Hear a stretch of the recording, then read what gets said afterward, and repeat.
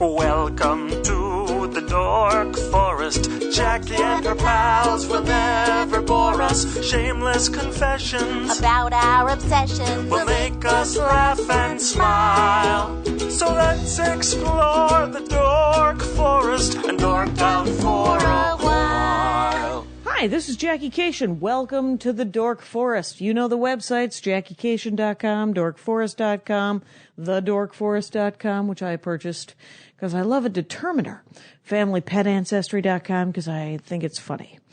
They all go to either DorkForest.com or JackieCation.com. The credits, let's do them. Mike Rickberg composed and sang the intro song. Sang it with his girlfriend, Sarah Cohen. He will sing the Mexican hat dance at the end of the program again with lyrics that he made up. That's right. Patrick Brady going to fix this audio, thank God. And Vilmos fixes my website. So if you ever need website design, talk to Vilmos. His link is in the notes. Merchandise. If you were to want stuff, you'd go to JackieCation.com. You'd go to the store. You could get CDs. I have 3 CDs, all... Well, 2 of them critically acclaimed. The first one, just okay. But if you're a completist, you can get all 3 for a deal.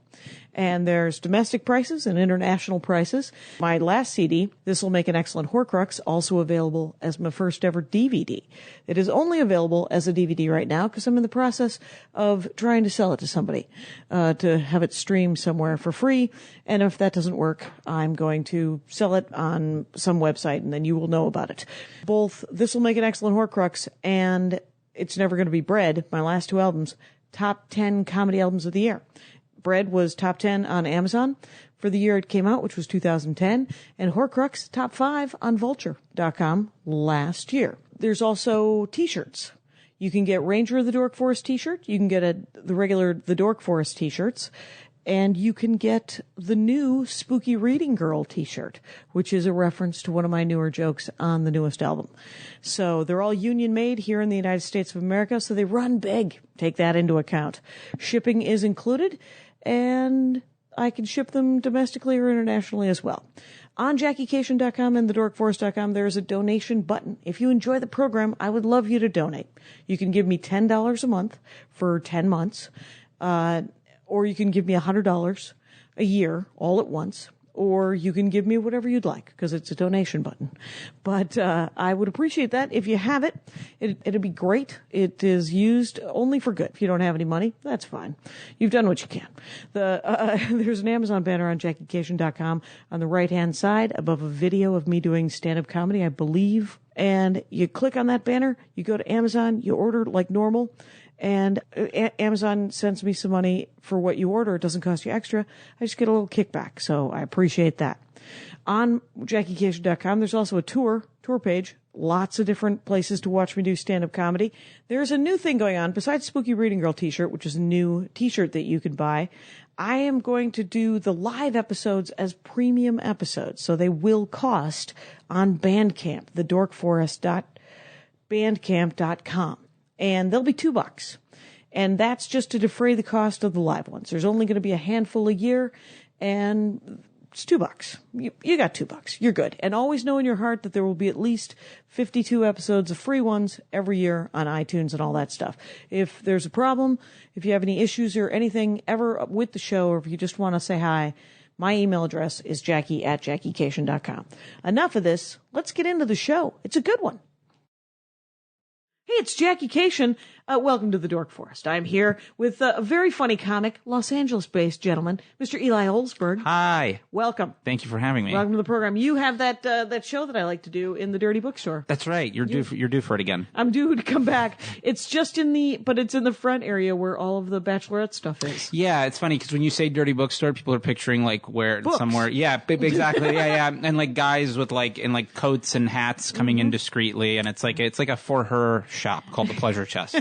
It is a for her shop. Very much so. It's that's totally designed. That's the benefits of West Hollywood. Like right. That's the only place that would exist. Like in the Valley or down. Not far from this very Van Nuys thing. There's probably a for him. Very much for him. They're all for him. The rest of them are all for him. Yeah. Yeah. So the Pleasure Chest, which is kind of a fancy, and it has kind of a super kind of dark, gay hitting area. Absolutely, that I went into and then turned right around. It is, it's very, the store has it's sectioned very well. It is very nice. If you don't want to go in a section, you're good. Yeah, and this. There's even different registers. Yes, there's two separate registers. Yep, and the higher up you go, the more complicated it gets. The more like deep into very serious about sex stuff. Which your needs are greater than those of a dick straw. Climbing, yes, exactly. It's literally climbing a financial ladder. Right, because everything gets it's so expensive. Then it gets Oh, interesting. Okay. Yeah. I didn't even think about that, but that makes sense. If you want something special, you have to pay for it. It's an investment. That's what it is. It's an investment. The business of an orgasm is expensive. And you know what? You could charge almost anything for an orgasm. If you could guarantee me an orgasm, I will give you $700. Of course, I would too. Right. You're just like, how would you guarantee that? This is why credit card debt exists. And student loans. I love the idea that student loans are entirely based on an orgasm-based economy, and that's why the right wing doesn't want to pay for student loans. Exactly, is because they're not going to pay for your orgasm, asshat. Right, or you're going to have to pay interest, a lot of interest. I think mine was I'm not even going to tell you, because if people have student loans out there, they don't want to hear my stupid 80s interest loan. Oh, I can only imagine. Yeah, first of all, I had $11,000 in debt. Second of all, it was 8.9%. financing. Wow, I would have guessed that the decimal point didn't even there wasn't a number in front of it, but below it in the 80s. Like a 0.89? Yeah. Oh, that would have been awesome. And then I defaulted, and then then I figured it out. I didn't because you can't default, really. There was an article about how somebody purposefully defaulted on their student loans, and you're like, you can't. You can just say that you're not paying this year. Right. Which is what I did for 3 years. I didn't pay because I moved here and ran out of money. And I was like, well, you can put a lien on my non-existent job, but best of luck. And then I eventually and I tried to negotiate that. I told him that this is a fascinating story. No, I think this is a problem for a lot of people. Yeah, I'm not like there in terms of, like where it's weighing me down and I can't, I'm still making ends meet with it, but I've definitely done a forbearance here and a hiatus there where I couldn't pay. Because it's what you're saying. I figured out that they want to work with you. They're not against the idea of you not, but if you show that you've paid at some point or that you can. I mean, $11,000, I seriously paid on it for 20 years. Yeah. And that's they don't care. No. And then they usually after the 20th year, they forgive it, right? No, they never do forgive it. That's a new, I think it's an Obama thing. Oh, because the only way you can get when I was doing it, the only way you could get out of it was to die. and I was unwilling to fake my own death. Sure. But I did do. It was the year that I moved to Los Angeles, and my roommate was like, I don't understand why you're still paying off your credit cards. I don't understand why you're still paying your student loans. Why are you paying any of that? You don't have any money. And I was like, well, because I'm a citizen of I don't want to be a burden on society. And she was like, but you're going to be eating cat food. What do you? And I was like, cat food's expensive. She's like, we're still eating out of the 99-cent store. So don't. And so I genuinely bailed. I bailed on my credit cards. I bailed on my student loans, and I didn't pay them for like 5 years and didn't have a credit card for 5 or 7 years or something like that. And then I met Andy Ashcraft, and he had a gainful employment, and he was like, well, we're going to get, married, and I was like, and I had this shitty car from 1989. Yeah. It's like, it's a death trap. Please get a new car. And I was like, well, I couldn't get a loan. Right. And so I picked up a gig in Australia that paid a fair amount of money, and when I came home, I called all the collection agencies, and I was like, is there a deal? And there was totally a deal. Oh, interesting. So I paid it all off, and then about 6 months after that, I bought a car, and my credit rating, because I had paid off all the collection agencies, and I at that time was back to paying my student loans, my credit rating was like through the roof. It was crazy. It built that quickly. Well, it did because 7 years had gone by since I stopped. Interesting. And 6 months had gone by since I had paid off half the rate. I think I owed something like $15,000 on my credit cards, and I gave them $4,000. And then they just called it. And they called. They were like, "We'll take it and go." Wow. And it was like a dime on the dollar. It was weird. I only have made it. Only one of my loans of any kind. It wasn't even a loan. Got turned to a collection agency. Okay. And it was eBay. Oh, weird. And the reason it happened was it was like a $60 fee for a laptop that I sold. Okay. And I forgot that my debit card had gotten replaced. Oh. But I didn't know because it got stolen or something. And then like 6 months later, I just got a notice. eBay was like, well, we shut down your account and it's going into collections. Yeah. And that apparently affects your credit. Right, and it turns out you are quite an adult. Well played for that to be the thing. Yeah, I know. The only thing. I'm so boring. But I'll tell you, the only good news is about the student loans thing is that they wanted me to pay $140 a month on my student loans. Oof. And I couldn't. Right. And I said, what I can't afford is $100 a month. And she said, we'd like 140. And I said, I didn't actually make up 100 out of thin air. Yeah, that's an actual number. Right. That I budgeted. And she was like, well, we need 140. And so for a year, we went back and forth, and then a new person took over my account, and I said, I can give you $100 a month. And the guy goes, fine. And so it's the person. It was the person. Oh. And I should have just kept sending $100 a month for that year. Absolutely. But I was like, oh, I guess they don't want it. Well, that doesn't make any sense. Of course they want it. They do. Yeah, they want it. So that is my recommendation, you guys. Just send them whatever you can afford, and then they can't actually get mad at you. And one plug of a book that is great about this. Chris Hardwick wrote that book, The Nerdist Way. Yeah. There's a great section in there about repairing your credit. Really? Yes. Because I've wanted to, you know how you want to read people's books. Yeah. I loved his book. I thought it was great. I got it. From start to finish. From start to finish. Yeah. Excellent. And he sections it well. He even has one chapter like where he talks about addiction and he's like, this may not pertain to you, so feel free to skip it. You know, he has like a lot of, it's broken into very nice little small pieces. And there's just one whole thing about repairing credit because he had like really destroyed his credit during a kind of a dark period in his life. And he had made all this money and lost it. And so he tells you how to use like Mint and all these different apps. And like, you know, the book. Yeah, it was, I mean, I think he wrote the book like 4 years ago. So it's probably available at a used bookstore somewhere. And it's still probably most of the stuff from what I remember is still pretty relevant to that. But a lot of it was him writing to credit companies and like collection agencies saying, please take this charge off the, trying to, it's basically him saying you don't have to wait 7 years to clean up your credit. Okay. So big plug on the Nerdist there. As long as you're proactive. Yeah. He's saying it won't always work, but it was for him. It definitely was like a slow build and it's like a nice victory. But he also like has that kind of like drive where he breaks I feel like he's perfect for something like that. Yeah. Even it's funny to me that he had lost all that money because you know he did Singled Out and then he did Shipwrecked or Shipmates, yeah. And both of those shows were terrible, but they paid a lot of money. Buttload of money, yeah. And I remember running into him in New York when he was still drinking, and he was doing Shipmates in New York, and he was a disaster of a human being. And I ran into him, and I had stopped drinking myself a couple of years earlier, and I was like, but I always liked him because he's always been super funny and a great guy.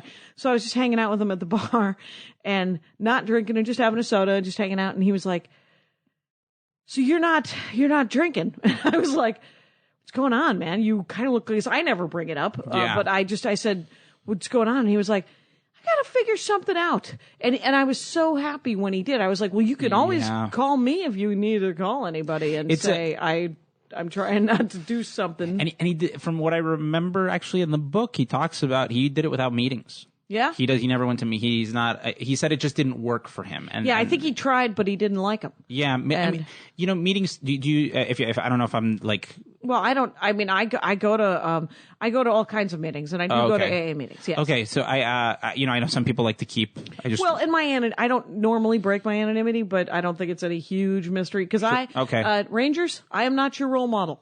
Maybe I'm your role model in other things, but if I start drinking again, it's not your fault. It's not my fault. I'm just trying to keep it together.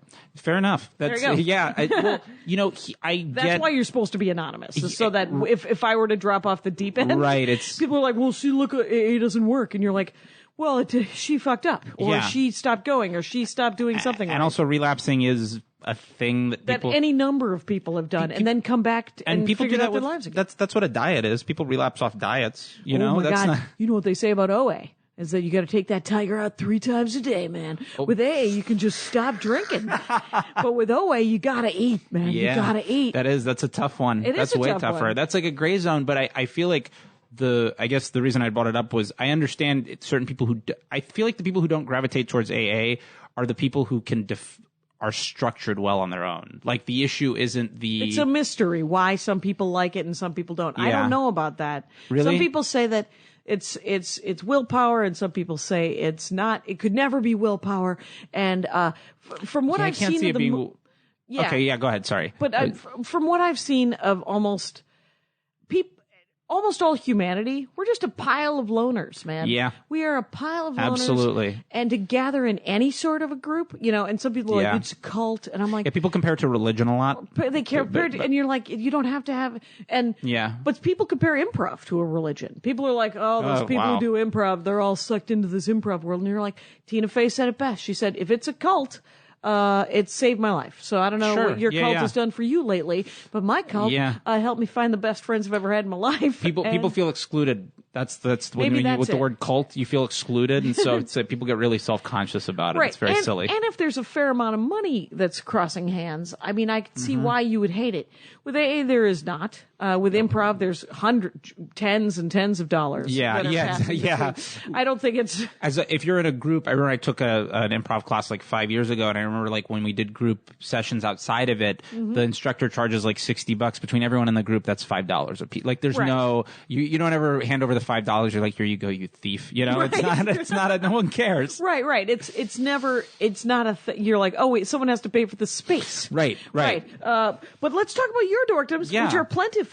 Eli Olsberg, which is, by the way, at Eli Olsberg on Twitter and Instagram and Tumblr, and if and you're going to be doing the Vans Warped tour this summer, which is stand up and music and I assume skateboarding. It used to be. And now it's just stopped. music and now it's mostly it's music. This is the first year they're doing the comedy tent, so I'll be there with awesome. Dave Ross will be there for a few days. Ross? Yeah, the young Dave Ross, the Sandy Danto. Okay. The middle-aged Sandy. No, he's the young. I don't know. I don't know Sandy Danto. Who else is going to? Oh, Beth Stelling. Beth Stelling. I know Beth Stelling. So it'll be a lot of fun. That's nice. That's a good show, by the way. And they're going to be kind of split up. All the dates are. I'll be on the full tour, but Beth and Dave will be. Yeah. They'll be there for like 12 days at a time. If you go to vanswarptour.com, you'll see dates and who's at which show. Who's coming to whatever, and it's 42 cities or 20 cities, 41 or 42. Yeah, that's so it's covering most of the country. 8 of those dates consist like. 3 states take up like 4 dates a pop. Like California takes up 4 dates. Oh, okay. Florida takes up 4 dates. I could do with less in Florida, as we all could. And but you know what? Sometimes I think we have to go to Florida to give them hope. I'm from Florida. Oh, are you from? And I'm also I give hope that you can get out of there. It does help when you slam a state to say, oh, and by the way, I grew up there. I grew up there, yeah. And that is where I'm from. But, it's one of the few where you don't brag. Like, it's not a brag. That's why you don't, and, though another comic brought up an interesting point where she had told me, she's like, well, you lived a mile from the beach. Like, wouldn't you rather be in Fort Lauderdale, Florida, a mile from the beach than like somewhere in Kansas near a lake that might not be there in a few years? And I was like, that's a fair argument. Fair enough. And the thing is we all get nostalgic. I did an episode a couple episodes ago with Maria Tornberg. You're of an age. You might have seen Super Trooper.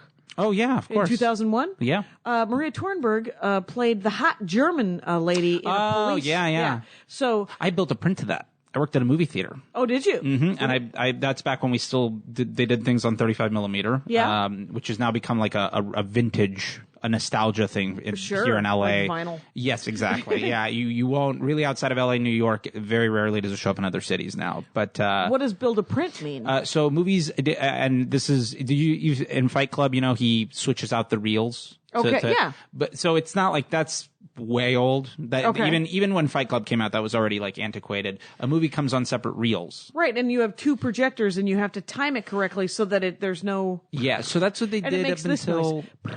Yes. Yeah. And so the noise stuck. Oh, the noise never left. But the style did. It became one projector.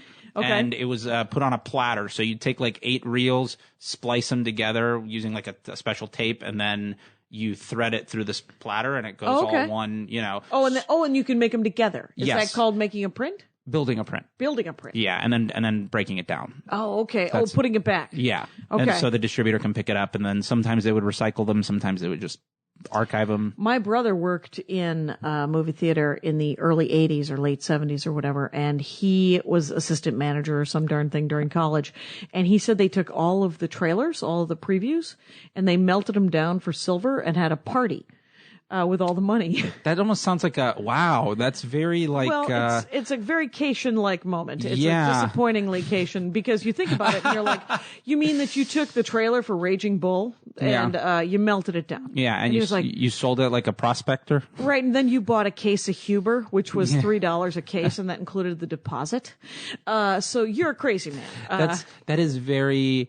And trailers you can find very cheap on eBay. A lot of people like to take them so they can like splice take a single frame and like put it on a picture. Oh, nice. Like cells? Yes. Yeah, okay. Exactly. So like people will do that. And so trailers you could still find, and they're usually in pretty good shape, depending on how often they played them. But yeah, because they would just they're like, the size of like a little, like they could fit in your hand. Oh, they were more like coaster size? Yes, exactly. But like picture like 5 coasters stacked, and that's what a trailer looked like. Yeah. Now it's all...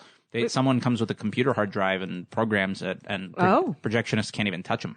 Oh. They give them they can touch the house lights and the sound. That's usually the only things they can. I'm glad that's a union job. Yeah. It is still a union job. It is. ArcLight had union projectionists protesting a few weeks ago. Oh yeah. When they were showing something on 70 millimeter, and maybe they didn't use a union projectionist. Also, ArcLight is co-owned by Scientologists. Oh, I did not know that. Pacific Theaters has which owns ArcLight, has a full disclosure, you guys. Yeah, this is like I might be like blacklisted or put on a suppressive person list. Let me tell you about Eli Olsberg, guys. He talks about the big issues. We've already talked AA, and now he likes to out Scientology. Scientology and one more while we're here, the Landmark Education. Do you know what that group is? Landmark, is that that was another sort of. It's like RC Cola Scientology. Like it's like a light version of it where you go on these like retreats. Oh yeah, and they talk you through stuff. Yes. It's motivationally, but it's also supposed to be spiritual, if I remember correctly. Yes, and it breeds disgusting people as a result for some reason. Are they smug? Very smug, narcissistic, very judgmental. Such a lot of work to be. I mean, the thing is, we're all born smug and narcissistic. You spend your entire life working away from that, and you're like, no, this is going to totally validate every shitty thought you've ever had. Yeah, because they think they're telling it like it is. That kind of, they're like, well, we need to be honest and help you build as a person, and realistically, all they're doing is just like they're like people's mothers. They're like a message board come to life. It's like disgusting, but they have stake in Cafe Gratitude. So if you ever going vegan, if you're not going clear and you're going vegan. And Cafe Gratitude is some sort of restaurant here in the Los Angeles area? It is. I believe it's also in San Francisco and a few other places. Of a chain. Yeah, like a small regional chain, but they're their name is Cafe Gratitude? And it's all vegan. Joe Mandy has a great joke about him on his album. JoeMandy.com, you guys. That's MANDE. Right. I don't have my own website, but he has his. Let me tell you right now. Joe Mandy, very funny. What is it? It's a vegan restaurant, but all the names of the menu items are like, I am divine. That's a kale salad. I am spiritual, and that's how you have to order them. There's a tiny bit of middle-aged white lady rage that makes me want to burn that to the ground. There's a lot of white guy rage. Yeah, the thing is you get called on it. I would be such a unique animal is to be middle-aged white lady if I just got like a couple of AK-47s and started taking people out. People would be like, well, we've expected this for thousands of years. Why has it never happened? Yeah, it's just that's what happens in a patriarchal society. You push. Finally, she's going to push back. Yeah, exactly. Yes, it's the rise of Jackie Cation anger management. So you watched all of T.J. Hooker. I need to talk about this. Absolutely, because I don't even remember T.J. Hooker. So what is it? Okay, T.J. Hooker was a show with William Shatner post-Star. Right. Well, I mean, he's still doing the Star Trek movies, but because it was a series. Yes, and it started, I believe, the same year Wrath of Khan came out, which was 82. Khan, yes. And my favorite line is from that is when Richard Montalban. You like to call him Rick. Yeah, Ricky, old Ricky, and he said he just says this line where he says he tasks me. And that I just something about how he says that he tasks me like TAS. Yeah, because they're like we've already won. Why are you still going after Kirk? And he just puts up a finger and he goes, he tasks me. And then he gives like a real Shakespeare monologue about running the rings of something that's like hell, a planet that's like hell before to make sure that Kirk dies. Okay. Like a slow and painful death. Right. He tasks me. It sounds like sort of a very British kind of, slam. But delivered with that that Corinthian Montalban. leather, Sure. Montalban speak. And like. Right. That is a fantasy island. He's going to get him. Oh, yeah. And, T.J. Hooker. T.J. Hooker. Yeah. So William Shatner did that and he plays a beat cop. Just a regular beat cop. Yep. And he, Police procedural? Sergeant Hooker. Yeah, it was a procedural with Heather Locklear. Really? As his love interest? No, as one of his. So it was a police academy that he would bring. He had a young partner played by Adrian Zemed. Okay. And what's the other? And then Heather Locklear was paired with. They didn't come along till the second season. The first season was only like 6 or 8 episodes. Okay. And the pilot was a backdoor pilot. It was like a 2-hour thing where he's dealing with a couple of recruits. Okay. And then they decide to bring in another, more. Sure. They kind of found their voice. Yep. And so they flesh out the ensemble. Yeah. Cast. And it was an Aaron Spelling show. Oh. Yes. All So right, it was then. it definitely dealt with the fantasy aspect of being a police officer. Sure. Because and also. Did Aaron Spelling do Love Boat and Fantasy Island? He did. I feel like he did, right? He did Love Boat. I don't know if he did Fantasy Island. I think he did. And then I know he did Charmed. Oh, And that was and way, then yeah. Melrose Place. I mean, so in the middle of all that, TJ Hooker. TJ Hooker, yeah. How that many was seasons, TJ? 4. There are 4 seasons. Yes. So the first season was very short. It was on, I believe, ABC. Okay. Up until season 3, which was the best season. Okay. And then the 4th season, it got moved to CBS as their, they had a Sunday night series where it was like, they would be feature length. It would be like 90-minute episodes. Okay.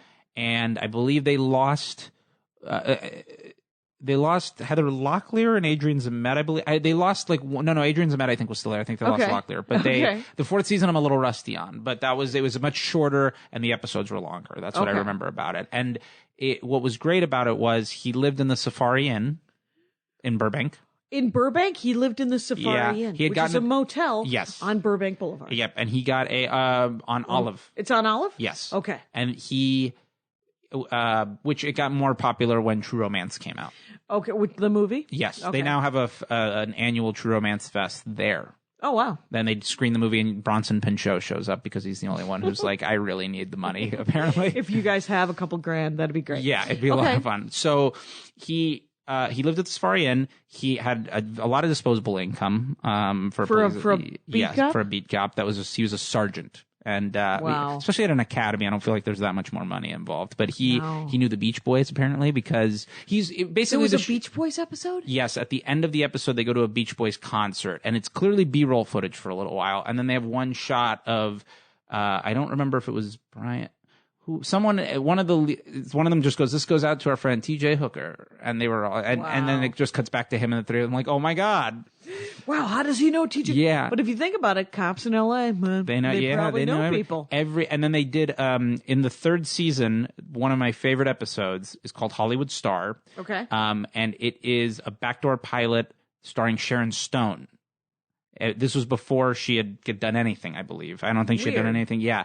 And if you watch the beginning, I mean, the credit sequence finishes, and then there's this entire musical number of her walking up Hollywood Boulevard. It clearly looked like another credit sequence. Right. Like she was walking into her own program. Yes. And her name was, I believe, her name was Danny Starr was the character's name, is why it was called. 2 R's. Yeah. Yes. Very good. I can only hope. That is, yep. What I'm hearing from this tale is that TJ Hooker was a vehicle for Aaron Spelling to meet blonde women that he wanted to then put in other programming. Pretty much. Heather Locklear went on to Melrose Place. Yep. And I don't know. I mean, she went into movies. Sharon Stone, yeah. She like the late 80s really blew up for her with movies. She was a big deal in the film industry. Yeah. I remember it distinctly, but not enough.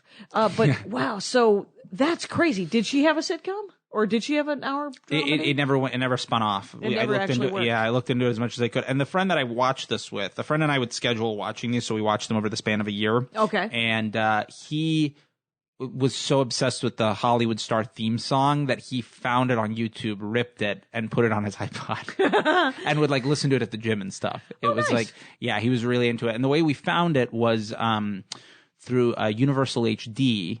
because I got that satellite money. He does, not me. Right. And, which is what is Universal HD? It's just like if you have DirecTV or any of those, it's just an HD channel for that just shows movies. A lot of it's uncensored, and it's HD. Yes, always. Oh, and good. And they also, I feel like this is now a thing with movie channels. They've started showing TV shows. Oh, okay. The Sundance Channel shows Law and Order. Oh, weird. Because that's independent cinema if I've ever seen it.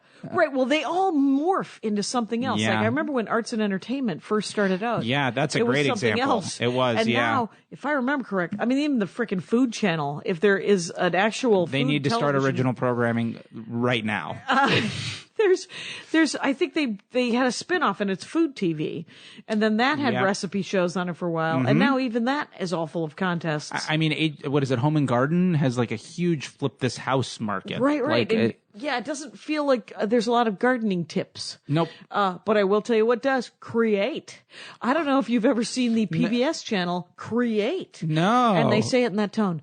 Create. It's channel 58 here in Los Angeles, and there are 4 channels: 58-1, 58-2. Of course. And following along, me and my antenna. Even antennas now are breaking it down with the points. Totally breaking it down. That's crazy. It is, and that one has there's sort of, it's essentially the poor man's travel channel, the poor man's food channel, the poor man's HGTV, and then and so Create is all travel and food stuff. You know what's funny about PBS stuff? It mostly ends up on Netflix now too. Oh, does it? Yeah, a lot of those, like the directors series that they did on PBS. Oh, like, kind of the better stuff? Or yeah. kind of No, some of it's really good. Okay. A lot of it might. I wish the Roosevelts would show up on Netflix because I didn't get to see them all. It could be there. It could. Well, no, I've checked. Oh, you've done this? Yeah, because they sometimes, they'll release a list of what they're putting out for the month. Okay. But it's usually more high profile stuff because they want people to know that that's there. But they always tack on a bunch of other stuff. Okay. Always that you like, and things that they pulled, they'll put it back on just without telling people. Okay. Yeah. So what was your favorite thing about TJ Hooker, and how did it end? Well, it ended just another day in the life of Beat Cop. No, none of the major characters. Oh, no fanfare. No. Fanfare. No, yeah, nothing. No fanfare, but a lot of fanfare. Oh yeah, were they wearing a lot of flair? Yeah, we all showed up in cop uniforms to watch. That was our flair. My favorite thing about it was that it dealt with these beat cops got in on these really insane. They would bust prostitution rings. They would, find drug smugglers. They dealt with one was a blind lady was a witness to a murder, and he has to solve it. And like Sneakers. And the way he finds out she's blind is a typical he's standing in front of her trying to talk to her. He's like, "Hey, look at me when I'm talking to you," and she's like, "I can't." And then the most sensitive guy in the world. And then he changes at the end of the episode. Does he? Does he learn? Does he grow? He does. Yeah. That's so beautiful. And then the next week they did a deaf person. No, I'm kidding. They went through each of the different and there the was 5 a monkey. senses. The 5 senses. There was a monkey in each episode. There was a monkey in one episode. Oh, there ought to be. It was a total BJ and the Bear ripoff. Yeah. It was.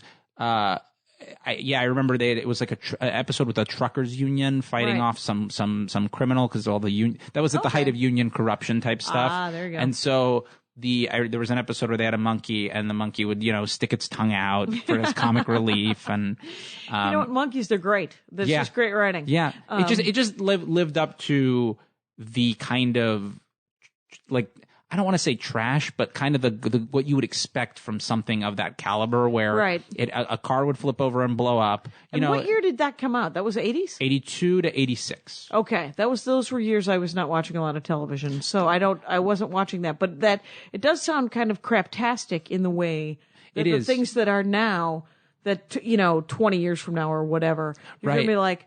Well, and then, 22-year-olds will be like, I'm watching all of Castle, man. Yeah. From the start. From beginning, all of Bones. Yep. And Jag. It did, reignite me trying to watch a lot of 80s stuff. Okay.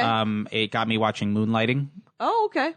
The shows that are most interesting from the 80s have these like 4-year lifespans where there's a troubled production. T.J. Hooker didn't seem to have like a troubled production. Okay. Outside of just moving. It was not. I know that it was not critically acclimated when I went. Very far from it. Very far from it. But Moonlighting was very critically acclaimed, and then became audience acclaimed. I mean, I was looking at like what numbers used to be, and like the third season was like it was in the top 3, if not close to 1. And for sure. And it was kind of a self-aware show, like in the sense that like, the writing would often be very self-referential and stuff. But I knew about it before watching it that Sybil had the showrunner fired at some point, and there was an episode, some sort of drama. Yeah, and there was in the 4th season, Bruce Willis and her weren't even there anymore.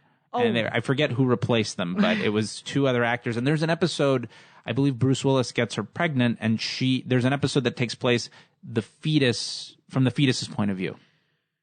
Yeah, I stopped watching it. I think I stopped watching it when they started. It was, I think, referred to as the Moonlighting effect, where they started making out. Yeah, and you're like, oh, well, this is Jump the Shark, which is totally. a previous other. It's just a snake eating its own tail. Exactly. And an earlier episode, fun game for the Rangers. At what episode did I refer to a snake eating its own leg? Misspoke. I don't know what the hell I was thinking, but I do that all the time. That's kind of a running gag between my friends and I. Yeah. A few other comics. Is the misspeaking? Yeah, I have this thing where I take idioms for a left turn, like it really bad, and not on purpose. Yeah, no, not at all. No, this is not a thing that I am doing because I'm trying to recreate the wheel. Exactly. No. See, and one I did was, and I don't think you recreate the wheel. I think you reinvent the wheel. Yes, that's exactly right. Do you think someone, when you just said that, was scratching their head? They're like, recreate, and then I wonder if she did that on purpose. Yeah, she didn't. Drinking, babe, do it. And then you answered, and they were like, oh, good God, I second guessed myself.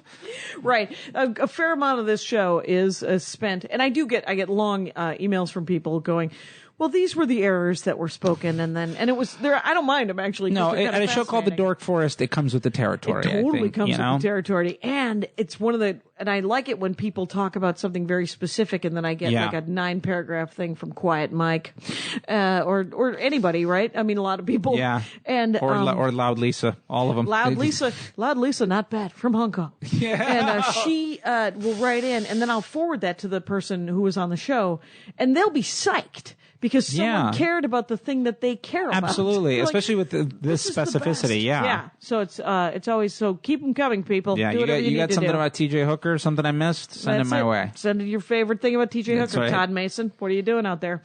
Anyway, so it just ended, is what you're telling me. They didn't, because 4 seasons means that it doesn't go into syndication in 1982, right? Well, you gotta have 5 seasons, I thought. Well, it's 100 episodes, but I believe, they definitely didn't make the cut to a clean 100, but I know that, Universal HD is like a weird, I don't know how much of syndication money that is. You know what I mean? Like, we're kind of getting to the point now, because, I mean, since it's such an easy target right now, Entourage. Oh, right. I think that made it to 96 episodes on a technicality, but like Spike TV, of course, started showing it, and because it's manly. Yeah, I never watched Entourage because I never thought it was for me.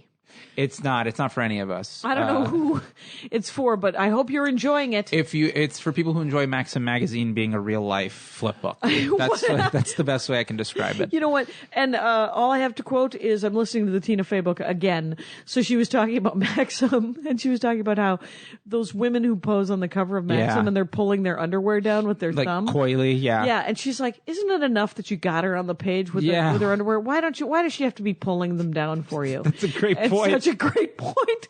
And it made me I Googled men pulling their underwear down in ads. I found one soccer player, and he was pulling his boxer briefs down with one thumb, and I printed it, or I copied it, and then I cropped it to just the crotch shot, and then I posted it on something. That's perfect. That's, I feel like anytime you see that, if it does ever pop up where a guy's doing it, there's this hint of irony, or like, look, I'm doing the thing girls do. Right. Where you're just like, yeah, it's sexy too when I don't have to take off your underwear. Take off your own damn underwear. The thing I hated the most in high school for that same reason was Powder Puff. When guys Powerpuff Girls or Powerpuff Girls. That's you're thinking of Girls. Cartoon Network. That's a Cartoon Network show.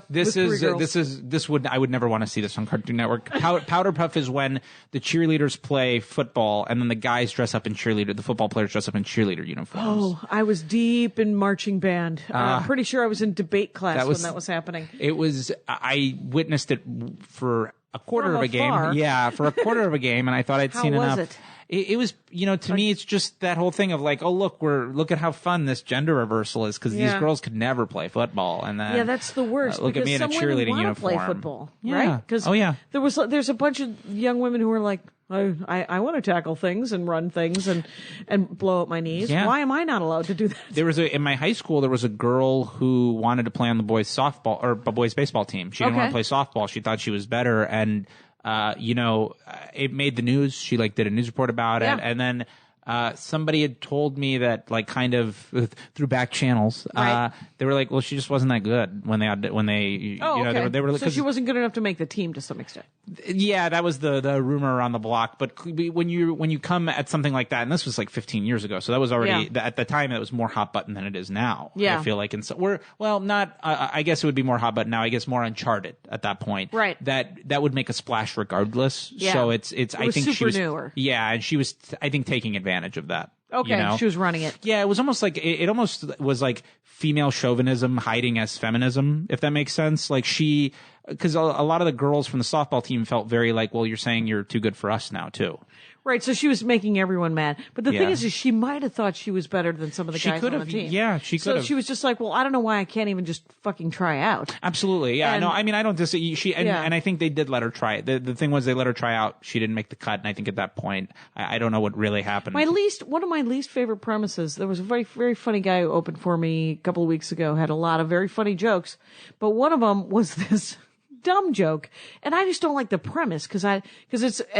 Maybe the premise would be fine if there were great punchlines, but the premise was how much he hated WNBA. And WNBA, it's covered. It's too easy. Everybody's done it. Absolutely. And the angle is never anything. Yeah. It's always that they get paid $50,000 a year as opposed to $50 billion a year. Right. And the scoring isn't as great, and sometimes the ball handling and the ball handling isn't as great either. Yeah. And so once you say ball handling, of course, that joke just writes itself. Yep. And unfortunately, it writes itself, guys. Yeah. Work a little, keep writing. But it always feels like whoever's telling that joke likes basketball a lot, but is mad that the women playing those basketball teams are better than them. Sure.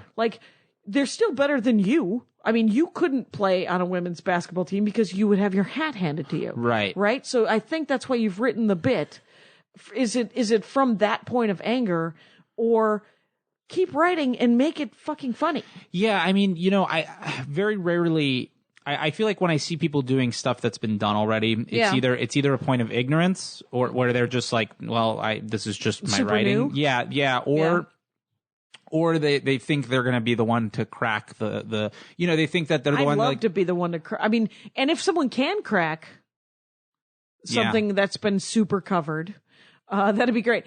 Prison rape. Who's got it? Who's got the angle? And that's tough because you got to tell people hey, that piece of bone or this chicken, you see it's all bone? Nope, here's a piece of meat. Found one. And how rarely do you get that? You don't get it very often. That is the best analogy I've ever heard in my life. Well played, Eli Olsberg. Thank you. I have, because I saw some interview, Guy Branum posted an interview with, Will Ferrell and Kevin Hart about Get Hard. The funniest funny thing? The funniest funny thing. And then they were talking about the prison rape section. And Will Ferrell said that he didn't invent prison rape. And it's a norm. And so it's something that is mocked.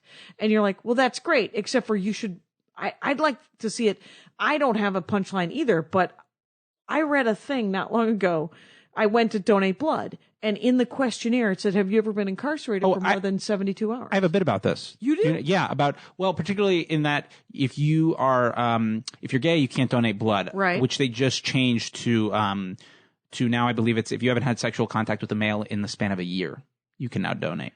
You have to be celibate for a year to donate blood? I guess so, yeah. I just learned about this because I was doing the bit like a month ago. That is brutal. And a comic stopped me and was like, hey, I just found out it's like a so year. You looked into it? I'm still looking into it now. You should look into it because I think I've heard about that it's been an issue. Yeah, and I think that's ridiculous because almost any guy who's been in high school, right there, it doesn't count.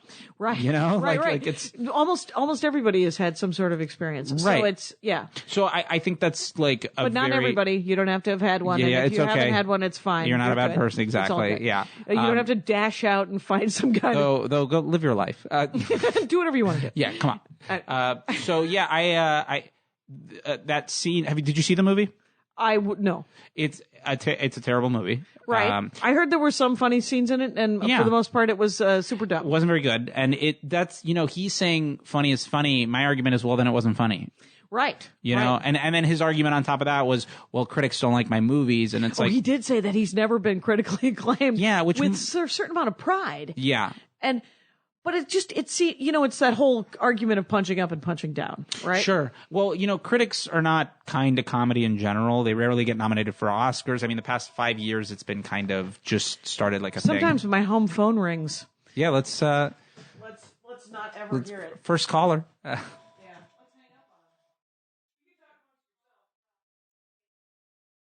hang up on it. Wait. So we were talking. Yeah, funny is funny. And,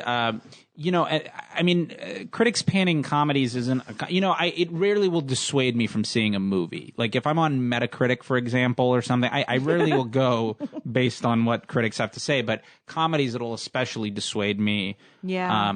The only reason I even look on websites like that is to see if there's like a movie that kind of came out under the radar that I missed that is getting very well reviewed. Okay. It's like, for example, it usually for documentaries, it'll get me more amped to want to see them in theaters. If I go on like Metacritic, because documentaries I'll watch at home all the time, but like when Citizen 4 came out, when I just saw how well reviewed it was. What is it? Citizen 4 is the documentary about Edward Snowden. Oh, okay. And the woman and the man that he contacted to meet him in Moscow. Okay. And these people made an entire documentary about it. I saw The Avengers 3 times, and I saw Mad Max twice. Oh, I've seen, Mad Max. I'm still working on trying to see it a third time, Mad Max. It's so I will perfect. be purchasing Mad Max. Absolutely. By the way, I saw it in 3D the second time. And well done. Yes, I could. I could tell. That's what I'm gonna see it next time it's in 3D. You just remind me because it is only a handful of times that he uses it. But it's very prevalent, even in the 2D beautiful. Cut. Like when the guitar pops at the screen. I remember during the big explosion. That's the greatest scene in the 3D. But when the other times he does use it, it's not gratuitous. It's Absolutely. not Avatar. It's not. I'm like, calm yourself. As it shouldn't be. Yeah, exactly. You should use it with. Like every other filmmaking tool. Yeah, in moderation. Balance and moderation is the key to filmmaking and a healthy lifestyle. And moderation in everything, including moderation. Exactly. My father-in-law used to say. That's very meta. Yeah, that's super meta, as he would have his breakfast beer. And so, God bless you. Yeah. So, what I will say about I read an article that if you've been in jail for longer, and then when I went to donate blood, if you've been in jail for longer than 72 hours. Wow. You cannot donate blood. And you're like, so if you know what's happening in the 70th hour, fucking fix it, right? I mean, there's got to be a punchline there. All I have so far is hilarious rage. Yeah. Hilarious rage is not going to cut it. Well, it's just that, what happens if it's a weekend and the booking just took a day longer. Right. And then all of a sudden you have gotten anally raped. Yes, is exactly. what you're telling me is happening. The logic to those things, well, this is the biggest flaw in that entire questionnaire is it's based on the honor system. Right. You can check no. Yeah, and no one would be the wiser. Because it also says if you've ever used a needle. Right. If you've ever, which I get the logic, but in theory, but when it's executed, it doesn't, it's still, there's so many flaws. Right. It could fall apart at any number of levels. Yeah. But I think that questionnaire is dirtier than any needle. Sorry. And I also just heard an NPR driving around. I heard it was a story, a news story about the money in blood donating, in blood donating. Yeah. Yeah. Oh, sorry. Go ahead. Oh, I need to look it up on NPR because I don't have enough information about it. But go ahead. What I was going to say was my mom is a huge, very much against, not blood donations, but anything that involves money with charity. She would rather, to her, the logic is it should all be items based, not money based. Like the donations should all be things because she thinks that money it's a way for people to hemorrhage things. She's like, okay. So I understand her heart's in the right place, but I mean, that's actually slightly flawed in my opinion. I agree wholeheartedly. Because it's just hard to distribute that kind of stuff and to fulfill those. Because if you donate to a food bank, you can bring food and that's great. Yeah. But if you give them $100, like you could buy $100 in food and bring it to the food bank, or you could donate $100 and they have deals with like grocery stores where they get and then they can get 4 times that amount. Yeah, and the whole reason they do it that way is because everybody, including the person donating, it all becomes a tax thing. You know, people want tax breaks, and so I don't. Yeah, I disagree with it, but I understand where the anger, where the frustration comes from. I think there's something there, but sweeping it doesn't work out. I agree. But she lives in Florida. Right? Yeah, exactly. She does. She's a good woman. She's a good woman, but in a bad place geographically. Let's talk about Sweet and Low, just because she lives in Florida. We haven't really. Great. It's the best segue That's like ever. A perfect. We're like 45 minutes. You get to talk about TJ Hooker. Yep. All right, we'll speed through these. I want to make sure you get at least something. So Sweet and Low. Mm-hmm. So it's made out of cancer, but you love it. So they say. But apparently there was I researched this very heavily because California especially, this isn't really a problem. Whenever I'm on the road, I've noticed this hasn't been a problem. Sweet and Low is very readily available, or one of its pink-headed stepchildren, Sweet Thing or something. Ooh, you know the name? I've because you're pro pink fake sugar. Yes. Okay. Well, and here's why. It tastes very good. Some people disagree. They think it has a metallic taste. I don't. Okay. But between equal... some people like blue. Yeah, some people like blue. Some people like yellow. Splenda. That's a big one. And then now Stevia, the green one. Okay. Well, for those of you who don't know, a lot of people are like, well, why don't you put regular sugar? Sugar doesn't dissolve in iced tea. I'm an iced tea nut. Okay. Especially black iced tea. Love it. You like a black tea with sugar. Yes. Or what was Sweet and Low. Sweet and Low. Because it dissolves evenly and beautifully and spreads out very lovely. Exactly. Yes. It's also super concentrated, so you don't need that much. Right. You're right. A packet usually will cut it in like a 8 ounce? What's about a packet and a half goes in a venti in Starbucks. Okay. That's so 20. Like a 20 ounce. Okay. Yeah. So about a packet and a half goes well. Okay. You can even get by with a packet, actually. Okay. So it depends on just how much. Right. What if they're out? Okay. Yeah. Well, that brings me to our next point, which is when we were talking topics. I always carry my own Sweet and Low in the car. I keep I will get usually I have 20 in a little, in the center console.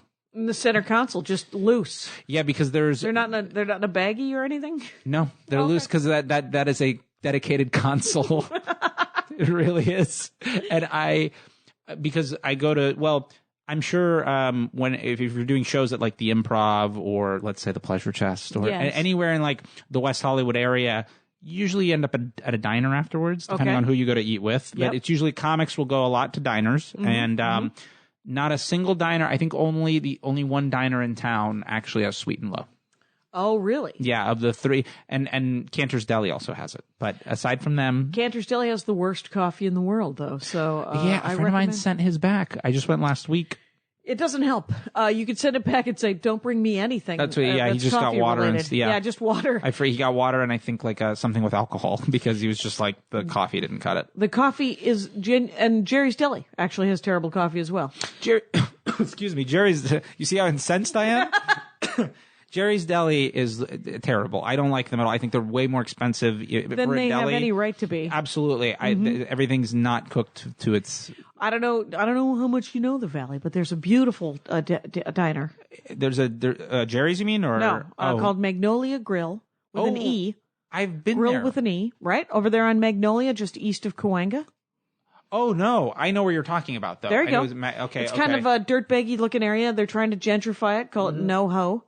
And so about 6 blocks in west, it's working out. Magnolia and Cahuenga. Yes, I know exactly. Okay, I was trying to picture it. It's very close to like the Lemley NoHo, but a little more... Yeah, but up. Yeah. Yeah, but or further east. Oh, yeah, there's like a Walgreens there.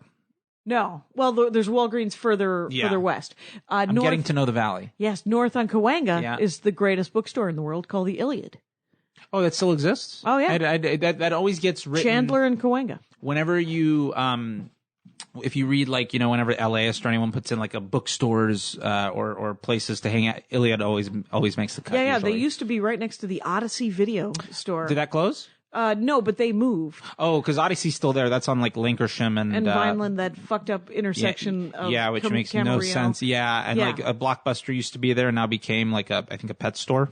Well, what I liked was that the Odyssey video was next to the Iliad bookstore. Yeah, and then next to it there was there was an abandoned restaurant that is turning into something. I forget what. Called Homer's. I wanted to be called the Aeneid.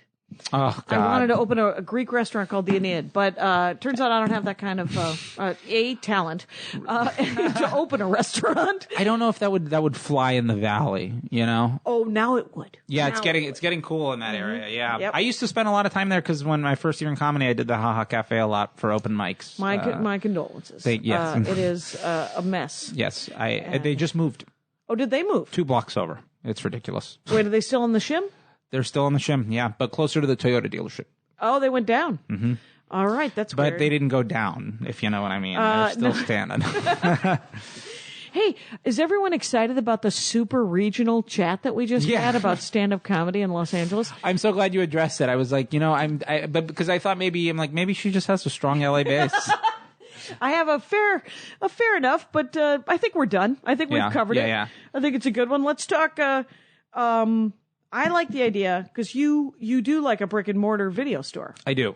It's very heartbreaking that Rocket Video closed, which was the closest one to me. I live like on the West Hollywood border. So you have physical DVDs and CDs? I do, yes. I don't have as big of a collection as I used to just because of Because you moved or something? Yeah. And I still have a lot of them at home, like back in Florida. Mm-hmm. But in terms of being here, even when I was in school here and like going to college, I would always get like an extra $200 in my student loans to just kind of treat myself throughout the year for DVDs, things to like keep me busy. You ruined it for everyone. Oh, yes, I know. Is it VHS though? Did you ever collect VHS? Well, that'll be the next one that we'll talk about.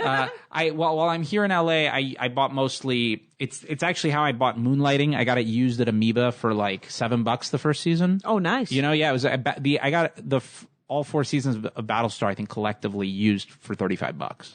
The DVDs? Yeah. Oh, that's amazing. Yeah, it was because they have like an as-is section where the DVDs still work, but it's just like the boxes are scuffed and right. And but they make sure that the DVDs will work. Yeah. They guarantee them. So, although I think the as-is, that's the whole thing, is you're paying for the damage, right? And I enjoy I always budget at least an hour to just kind of hang and look around to see if there's something that I haven't found or something that I just forgot to watch. I do like to watch things on DVD versus streaming because you can fast forward, you can rewind. There's always a DVD extra that is not on the streaming. Yeah, and commentary, I think I personally still find is a fascinating thing if it's something I really enjoyed. Right, and sometimes it's terrible. Yeah, it can be very boring and like clearly sound bites and whatnot, but like I know with like Fight Club, when that first came out, as a callback to our discussion, that was like a 2-disc package that had like an incredible amount of features and like really breaks down that. And that movie was like considered a flop when it came out theatrically. So you really get to see how people approach this movie. Okay. And then now that it's kind of built its status where there's, because at the time it was kind of, there were so many movies. Was it not a success in the theater? No, I mean I did not know that. Worldwide, it made $100 million, which is a lot of money. But the budget was like $65 million. Art Linson, who greenlit it, had to like leave Fox. Oh wow! It was like a very big, kind of a mess in a lot of ways. I mean, because $100 million, you still have to figure prints and ads and all those. Like 65 was just the budget of the movie. Oh, okay. And then theaters still keep a decent amount of that. They didn't break even theatrically, from my understanding, but it had such a big DVDs, like it was one of the highest selling DVDs at the time, that it bought them into profit, and the movie obviously became like kind of academia. And my favorite story is that I got to meet Chuck What's His Face. Oh, I met him too. Yeah, Palahniuk. Yeah, Palahniuk. How was your experience? It was I met him in Miami. Okay, it was part of a signing. He was doing for the book Haunted, and he threw fake body parts into the crowd, and I actually caught a foot. And I used it as a prop a year later in a sketch we made for a Grindhouse competition. All right, that got featured on Ain't It Cool News. So that's a brag. That is a brag. My brag is here's the braggy part. I was doing a PRI show in Portland, Oregon for Bridgetown, and he was on it as well. Oh, he lives there, right? I think so. Yeah. And so I said, hi, it's nice to meet you. I love your work. And he said, is there wine?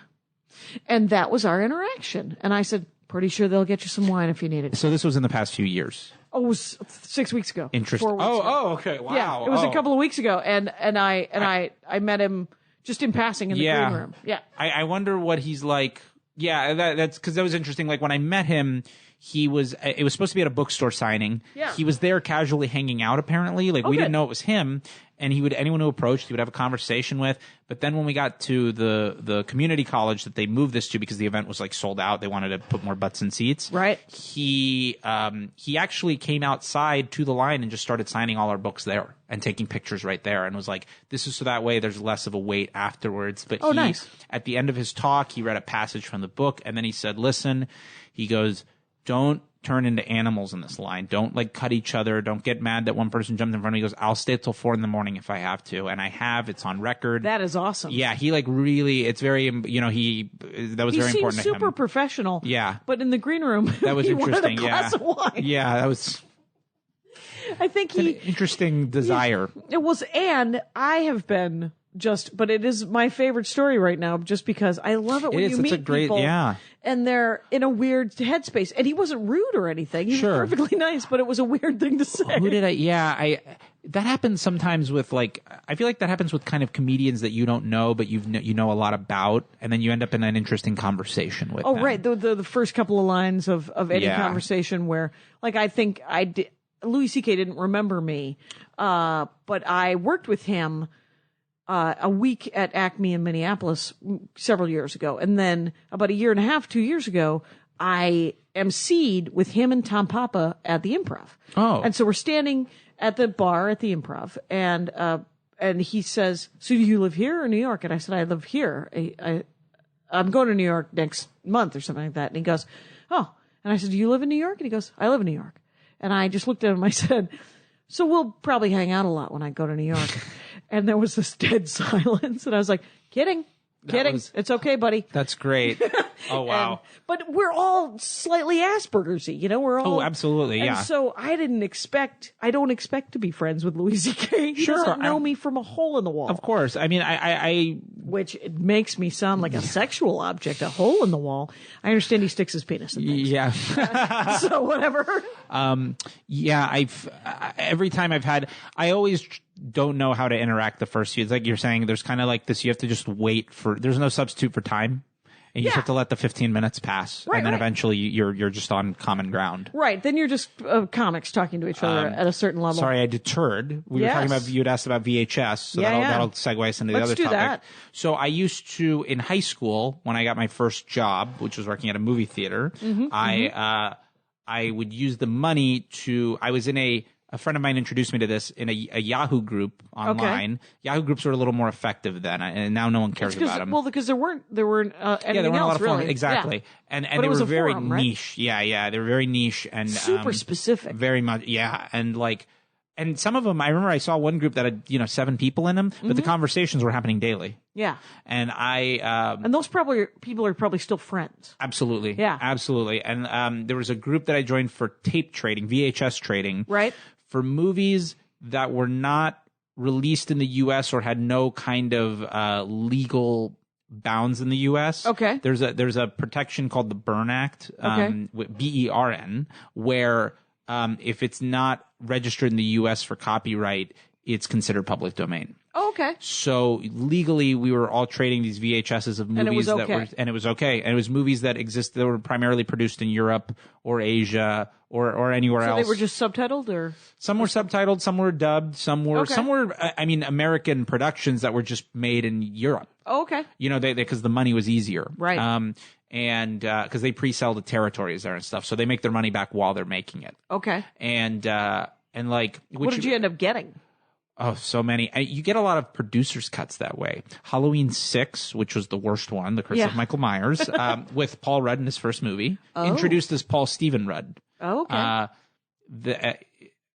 I got that. I got a lot of like a lot of Italian directors, Joe D'Amato, who's like equal parts filmmaker and pornographer. Literally, that's not like an insult. That is like literally his two that jobs. Is what he is doing. Yes. Okay. You know, a lot of I remember Cannibal Holocaust for a while didn't exist here. What is Cannibal Holocaust? It was a besides what it's obviously. Yes.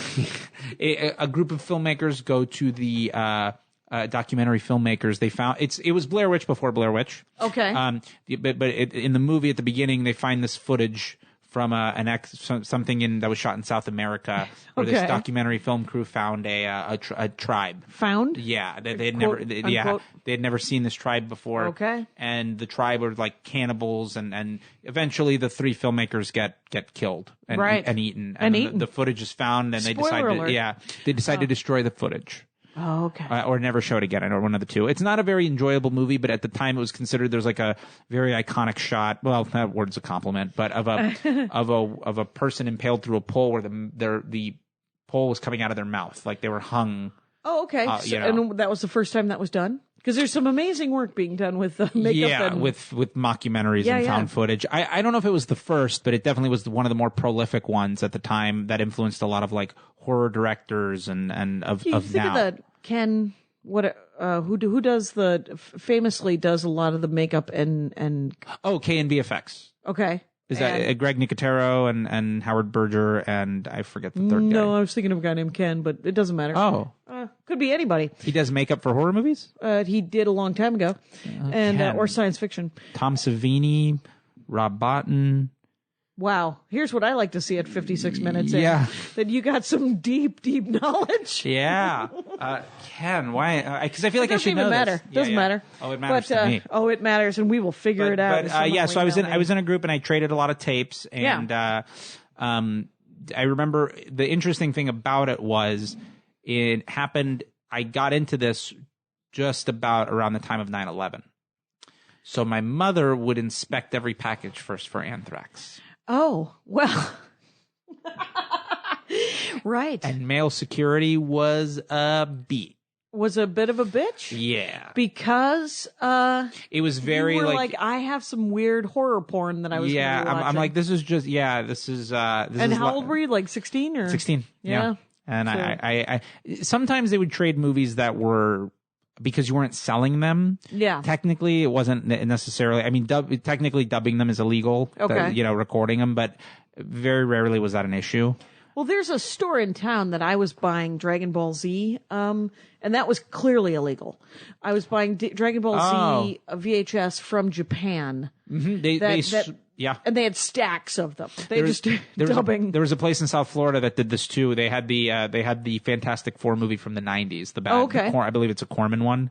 I think Robert Hack sent me that on DVD. It has to be seen to be believed. It's there's also he also sent me the Doctor Strange TV movie. Yep. And a bunch of other Marvel stuff that is exceptionally bad. Did you ever see the Dolph Lundgren Punisher? No, I never did. Oh, so bad. I saw that on film a few years ago at New Beverly. They had a Dolph Lundgren film fest. Now, are you a Punisher fan? Not really. Me neither. It's to me. It's people just, like it. Yeah, because it's revenge. It's revengey and it's anger management-y. Yeah, but without the management. Right, and he initially was introduced as a villain because in the Marvel world he was seen as like that tactic was seen as like a bad thing. Right, to kill people because you're judge, jury, and executioner. And now executioner, yeah. Yeah. Though I do recommend, and Patton Oswalt made a huge push for this movie when it came out, Punisher Warzone. Really? And it was made in 2008. It flopped very hard. I don't even think it made like 10 million here. Mm-hmm. It was a sequel to The Punisher with Thomas Jane, which was a very boring movie. Okay. And this one was directed first off by a woman. Okay. It's very important to know, a stunt woman named Lexi Alexander, who did a great job. Cinematography looks great. The stunts, I bet, are amazing. Stunts are fantastic. Mm-hmm. But there's two problems with it. It's not a good script. It's very by the numbers. Okay. And it is so disgusting. There is a scene, Jigsaw, the way he's made in that movie, he falls in a glass crusher and just literally drowns in glass. And it's a hard R. Why do I? Yeah. In Roger Ebert's review for that, he said you used to be able to count on a bad movie being poorly made. He's like, not anymore. He's like, The Punisher is very well made, well shot, blah, blah, blah. He's like, but its problem is it's disgusting. It's just disgusting. And he's right. It's such a graphic movie. I mean, a character gets blown up with a rocket launcher, not even the villain. Just a random character that was doing parkour suddenly gets a rocket shot at him, and he gets split in half. Well, that is a plug, you guys. Yep. But it is a plug that I'm willing to go with. Yeah. Eli Olsberg, it's been an hour. It's been a good time. We missed the canon. I know we missed the canon. We'll come back. We'll talk to you about Charles Bronson and Chuck Norris movies, and the distribution and production company Canon Films. And but I'll have you back on about that, Eli Olsberg. Great. At Eli Olsberg on Twitter and Instagram and Tumblr and everything you ever wanted to follow him around. Go to the Vans Warped Tour this summer, and you can see him do stand-up comedy. He's a great comic, you guys. So get out there. Thanks, Jackie. Thank you for having me. This is super fun. You are welcome. Take care of each other out there. Okay, bye. Bye. My hat, my hat, my hat. They're dancing around my hat. My hat, my hat, my hat. Well, what do you think of that?